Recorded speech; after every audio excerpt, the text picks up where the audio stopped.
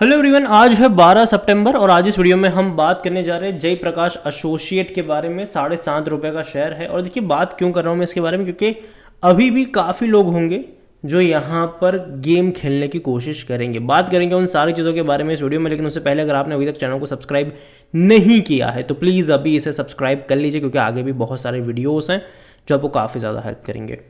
तो JP associate का जो शेयर है वो ₹7.5 का है। आज ट्रेडिंग यहाँ पर नहीं हुई है। इवन ये हफ्ते में एक ही बार ट्रेड करता है, वो भी हर मंडे को, बिल्कुल ब्राइटकॉम ग्रुप की तरह।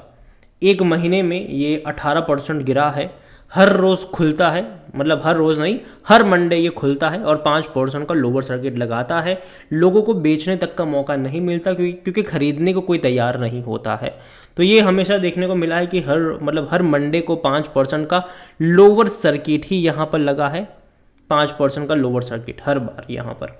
अगर आप एक साल का ग्राफ देखोगे तो 36% की गिरावट है, लेकिन अगर आप हायर लेवल से कंपेयर करोगे, जो कि ₹26 का लेवल था, वहाँ से जो फॉल आया है वो काफ़ी बड़ा फॉल है।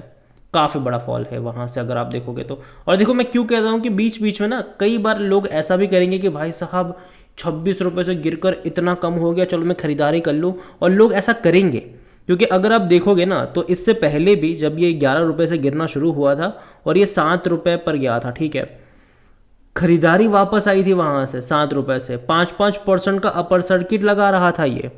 ₹10 पर गया था 5% के अपर सर्किट लगाकर। तो अगेन मैं कह दूं कि लोग यहां पर ये मान के खरीदारी करते हैं कि कंपनी बिकने वाली है तो अदानी सो खरीद लेगा। अगेन मैं कहूँगा कि बहुत सारे लोग इस बिड में है, बहुत सारे लोग डेफिनेटली यहाँ पर खरीदारी करने की कोशिश ज़रूर करेंगे, उसमें कोई शक नहीं है। लेकिन लेकिन प्रॉब्लम यहाँ पर आपको समझनी होगी कि जो भी खरीदेगा इसका बिजनेस नहीं खरीदेगा, इसके असेट्स खरीदेगा। और असेट्स खरीदेगा तो वो उस कंपनी में चले जाएंगे। इस कंपनी के पास कुछ नहीं बचने वाला है। ये जा चुकी है भैया एनसीएलटी में बिकने के लिए। इनके असेट्स बेचे जाएंगे और असेट्स बेच के रिकवरी करी जाएगी, और रिकवरी से जो पैसा आएगा उसका भुगतान जो करा जाएगा वो सबसे पहले बैंक्स को करा जाएगा, जो लेंडर्स है उनको करा जाएगा। रिटेल इन्वेस्टर्स को कुछ नहीं मिलता है जब भी कोई कंपनी दिवालिया होती है तो। और जो खरीदेगा वो जेपी एसोसिएट नहीं चलाने वाला है, ठीक है। और अगेन कोई कंपनी नहीं खरीदने वाला है, लोग इनके असेट्स खरीदने वाले हैं। जो चर्चा भी हो रही है कि भैया अदानी इनका असेट्स, तो वो इनके सीमेंट बिजनेस का असेट्स खरीदने वाला है अदानी, और वो फिर चला जाएगा उसी के अंडर में, अदानी में, ना कि इनके पास कुछ बचेगा। प्रॉब्लम यही होती है कि लोग जो है ना वो इन चीज़ों को ध्यान में रख के ना खरीदारी करने लग जाते हैं। तो अगर मैं कहूँ कि भैया मत करना, फंस जाओगे यहाँ पर, बुरी तरीके से फंस जाओगे। अगर आप यहाँ पर कुछ भी एडवेंचर करने की कोशिश अगर आप करोगे, फंस सकते हो आप यहाँ पर। कंपनी अगर आप देखोगे तो डिफ़ॉल्ट भी करे हैं लोन्स के, कई सारे डिफ़ॉल्ट्स करे हैं। 4,416 करोड़ के लोन के डिफ़ॉल्ट्स इन्होंने करे हुए थे। और जब ये खबर आई थी तभी मैंने आपको वीडियो बनाकर कहा भी था कि समझिए इस चीज़ को। और ये पुरानी खबर है, मई महीने की खबर है, ठीक है।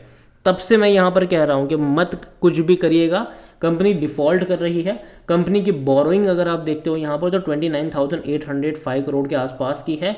और समझिए यहाँ पर कि भैया आने वाले टाइम में अगर इनके असेट्स बेचे भी जाएंगे तो देखो, एनसीएलटी में जब बिकने के लिए जाते हैं ना तो असेट्स को ना जो बड़ी कंपनीज होती है वो सस्ते में खरीदने की कोशिश करती है। तो उतना पैसा आने ही नहीं वाला है जितना इनके ऊपर कर्जा है, ठीक है। तो जो पैसा मिलेगा वो सबसे पहले बैंकों को ही मिलने वाला है, ठीक है। जिन बैंकों का बकाया है उन्हीं को यहाँ पर मिलने वाला है। रिटेल इन्वेस्टर फंस जाएंगे यहाँ पर अगर खरीदारी करने जाएंगे तो। और यही वजह है कि मैं अवॉइड करने की बात लंबे समय से कर रहा हूँ यहाँ पर। अगर हम इसके वॉल्यूम्स देखें तो 6 लाख के आसपास के शेयर ट्रेड हुए थे, हालांकि मंडे को, और हर मंडे को ही ये ट्रेड होता है। और जैसे कि मैं अगेन कहूँगा कि कुछ भी एडवेंचर करने की कोशिश यहाँ पर मत करना। मार्केट कैप 1,836 करोड़ के आसपास देखने को मिल रहा है। कंपनी के बारे में अगर हम बात करें तो according to Moneycontrol user 33% लोग कह रहे हैं खरीदारी करो, 33% लोग कह रहे हैं बेचो और भाग जाओ, 34% लोग कह रहे होल्ड करो। तो कहीं ना कहीं मैं इन 33% वालों के साथ सहमत नहीं हूँ जो खरीदारी की यहाँ पर बात करें, क्योंकि कोई तुक नहीं बनता। जो कंपनी दिवालिया हो रही है वहाँ पर खरीदारी करने का, रिस्क लेने का कोई तुक नहीं बनता है, वो भी ऐसे वक्त में जहाँ अच्छी अच्छी कंपनी आपको मिल रही है खरीदारी के लिए। और जहाँ पर बात करें इसके परफॉर्मेंस की तो रेवेन्यू में कोई भी ग्रोथ नहीं, बल्कि इनके रेवेन्यू डाउन ही हुए हैं। इवन अगर हम इनका प्रॉफिट देखें तो प्रॉफिट तो भूल जाओ, हर साल इनका बड़े बड़े लॉस ही देखने को मिल रहे हैं।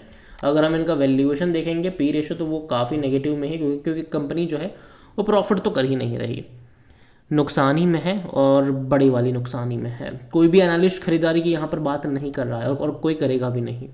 जहाँ तक इनके फाइनेंशियल्स देखेंगे हम, तो जैसे कि मैंने कहा नुकसान कितने ज़्यादा है वो देखो, 1000 करोड़ का इसने लॉस करा था लास्ट जून क्वार्टर में, रेवेन्यू में कोई ग्रोथ नहीं है।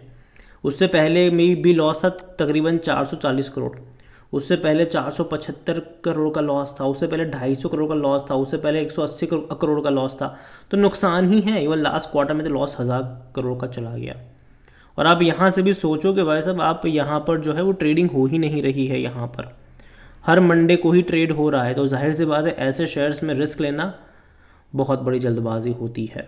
और जहाँ तक शेयर होल्डिंग के बारे में देखें तो जो प्रमोटर की होल्डिंग वो 30.23% की है, और प्रमोटर अगर आप देखोगे तो बिकवाली करी है। 37.70% की जो होल्डिंग थी सितंबर में, मार्च में वो घट के 29.97 पर आए, हालांकि गिरवी रखे शेयर थे वही बेचे हैं यहाँ पर, लेकिन जून में खरीदारी कर ली थोड़ी बहुत 30.23%। लेकिन अगेन इसमें खुश होने की ज़रूरत क्यों नहीं है, क्योंकि भैया सारा जो माल जो चिपकाया गया है वो यहाँ पर रिटेल इन्वेस्टर को ही चिपकाया गया है। अगर आप देखोगे 29% से जो रिटेल की होल्डिंग हुई वो 34 पे चली गई एक ही क्वार्टर में। तो यहाँ पर रिटेल इन्वेस्टर ज़्यादा क्वांटिटी में खरीदारी कर रहे हैं, और सरप्राइज़ यहाँ पर यह है कि इंस्टीट्यूशन के पास भी होल्डिंग है। हालांकि जून क्वार्टर का डेटा है, देखना इंटरेस्टिंग होगा जब नेक्स्ट क्वार्टर का डेटा अपडेट होगा सितंबर का, और मुझे लगता है कि सितंबर का जब डेटा आपके सामने आएगा तो इंस्टीट्यूशन की जो होल्डिंग है वो शायद कम होती आपको नज़र आ सकती है, और हो सकता है कि जो रिटेल इन्वेस्टर है वो उम्मीदों में आकर ख़रीदारी करने लग जाएंगे, ठीक है, और शायद उनकी होल्डिंग आपको ज़्यादा देखने को मिल जाए। तो अगेन मैं कहूँगा कि जब तक चीज़ें क्लियर ना होना तब तक भाई साहब यहाँ पर हाथ मत डालिएगा। कंपनी जो है NCLT में गई है, बिकवाली के लिए कंपनी गई है, इनके असेट्स को बेचा जाएगा, जो बड़े बड़े प्लेयर्स हैं वो बिड करेंगे यहाँ पर इनके असेट्स को खरीदने के लिए, ना कि कंपनी को खरीदने के लिए। असेट्स को खरीदने के लिए बिड होगी और उससे जो पैसा आएगा उससे चुकाया जाएगा इस कंपनी का कर्जा, जो बकाया है उसको चुकाया जाएगा।